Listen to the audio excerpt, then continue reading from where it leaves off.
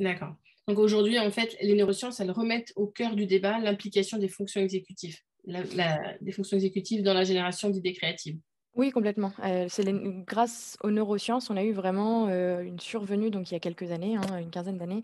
Il y a vraiment eu, des études qui ont démontré que les fonctions exécutives et en particulier, du coup, les régions qui sous-tendent les fonctions exécutives au niveau cérébral sont très impliquées dans des tâches de créativité. Mais là, c'est pareil, à nouveau, ce sont les fonctions exécutives en général, parce qu'elles sont localisées, à des endroits très spécifiques. Mais est-ce que c'est l'inhibition, la flexibilité ou, la mémoire de travail qui jouent à un moment donné? Eh bien, c'est très compliqué de pouvoir les distinguer. Je comprends. Et je crois que vous menez des recherches-interventions dans les écoles. Enfin, je ne sais pas si vous appelez ça des recherches-interventions ou des groupes de formation-action. Peut-être.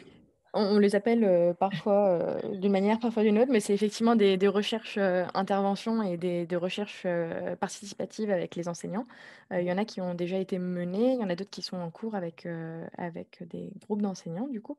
Et effectivement, on a développé ces recherches-là, sur demande des enseignants initialement et l'enjeu était d'essayer de stimuler la créativité des enfants et on a essayé vraiment de comparer des méthodologies différentes, dont un certain nombre qui sont utilisées dans les classes et d'autres qu'on a proposés qui venaient plutôt des modèles, cognitifs que nous on avait sur, la base des résultats scientifiques qu'on avait eus, auparavant et qui permettaient de tester différentes hypothèses. Et donc ce qu'on a fait, c'est on a été dans les classes, on a été voir quelles sont les méthodes qui sont utilisées classiquement.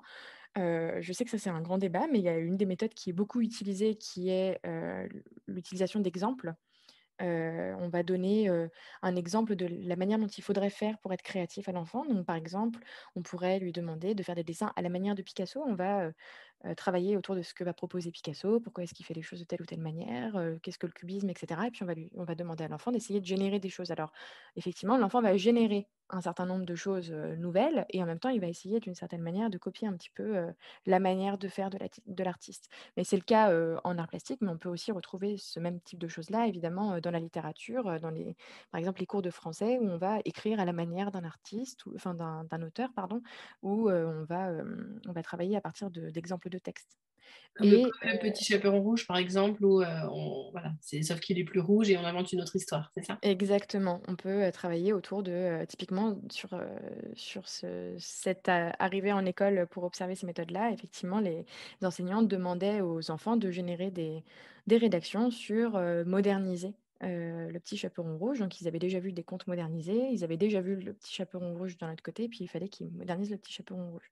Bon, la difficulté, c'est que, un «mauvais exemple» entre guillemets donné à l'enfant peut avoir des effets extrêmement délétères. Si on donne des exemples qui sont dans la fixation de l'enfant, mais c'est le cas aussi chez les adultes évidemment. Si on donne un exemple, qui est dans la fixation de l'individu, alors on va renforcer la fixation. Ça va avoir un petit peu, l'effet de la tâche de Dunker de tout à l'heure. Donc par exemple sur le petit chaperon, rouge, bah, il y avait un des enfants qui a donné un petit chaperon vert et alors là, à la fin, on avait les petits chaperons de toutes les couleurs, mais ça avait pas vraiment modernisé le petit chaperon. Ah oui, d'accord. Voilà Et là, c'est et le parallèle avec la boîte. La boîte qui sert à contenir les punaises ou la boîte qui sert à exactement, résoudre la tâche.